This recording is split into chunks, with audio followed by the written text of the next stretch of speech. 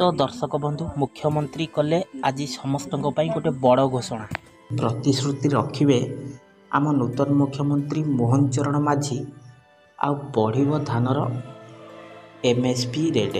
तो या कौन इनफर्मेशन आसी मुझे आपण मानक ये वीडियो कहीदेवी।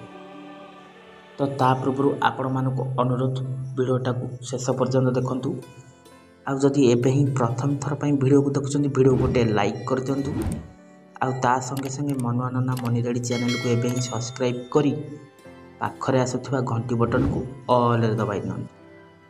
हेलो फ्रेंड्स, नमस्कार, जय जगन्नाथ। मु मनुआ आपण मानक स्वागत करुच्ची आज आउ एक नुआ दमदार वीडियो। तो दर्शक बंधु जहाँकि आपण मैंने देखिपे नुआखाई चाषी को मोहन सरकार नुआ भेटी जहाँकि धानर एमएसपी मूल्य 3100 टंका देवाक कहले आम ओडिशार मुख्यमंत्री मोहन चरण माझी। आज हूँ चाषीर बड़ नुआखाई पर्व। यही अवसर में मुख्यमंत्री आज संबलपुर गस्त करने सहित अनेक योजना शुभारंभ करिसेंति सीएम किसान योजना, कृषि विधि भली अनेक योजना शुभारंभ कला बेले जहाँकि चाषी भाई कथा को आखि शुणिला बोली पुराणा स्मृति को दोहराई कि निर्वाचन समय बीजेपी सरकार धानर एमएसपी वृद्धि करने घोषणा करते बेले से ही प्रतिश्रुति पालन करी आम नूतन मुख्यमंत्री मोहन चरण माझी। जेहेतु भोट टाइम रे मुख्यमंत्री कहते कि बीजेपी सरकार कहते आम जिते विजय लाभ करूँ से आपण को धानर एसे मूल्य जहाँकि 3100 टंका करदेव एमएसपी रो मूल्य। तो एबे से प्रतिश्रुति पालन करिए बोली सूचना आसी। से कहिसंती जे आहुरी मध्य कहिसंती जहाँकि धानर एमएसपी जहाँकि 3100 टंका वृद्धि करने को बीजेपी सरकार जहाँ घोषणा करिथिबा आमे सही प्रतिश्रुति पालन करियो।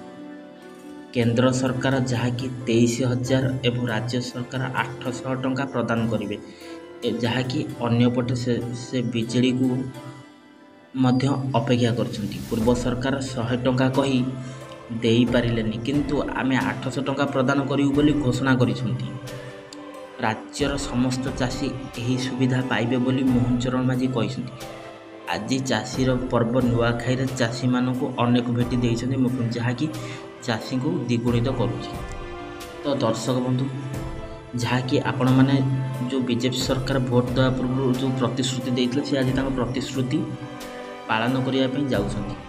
तो यहाँ हूँ गोटे बहुत खुशीर कथा जहाँकि सबू चाषी भाई मानकर धान एमएसपी मूल्य 3100 टंका वृद्धि कर। तो या नहीं आपंकर कौन मतामत मुझे तो जानी मोर कमेंट बॉक्स खुला अच्छी आपण मैंने कमेंट करूँ। आ जदि एबे ही प्रथम थर पर वीडियो को देखुं वीडियो को गोटे लाइक कर दिंतु। आ संगे संगे मनुआनना मनीरेडी चैनल को एबे ही सब्सक्राइब करी पाखरे आसुवा घंटी बटन को ऑल दबाई दियंतु। आ वीडियोटा को सांग मान सहित बहु मात्रा शेयर करूँ जहाँकि आम धानर एमएसपी मूल्य 3100 टंका है बोली से सूचना पाइपर। तो दर्शक बंधु आज वीडियोटा को एट रखुची पुणी देखा नेक्स्ट एक एपिसोड से पर्यंत मत विदाई दिंतु। रहुची नमस्कार, टेक केयर, बाय बाय, जय जगन्नाथ।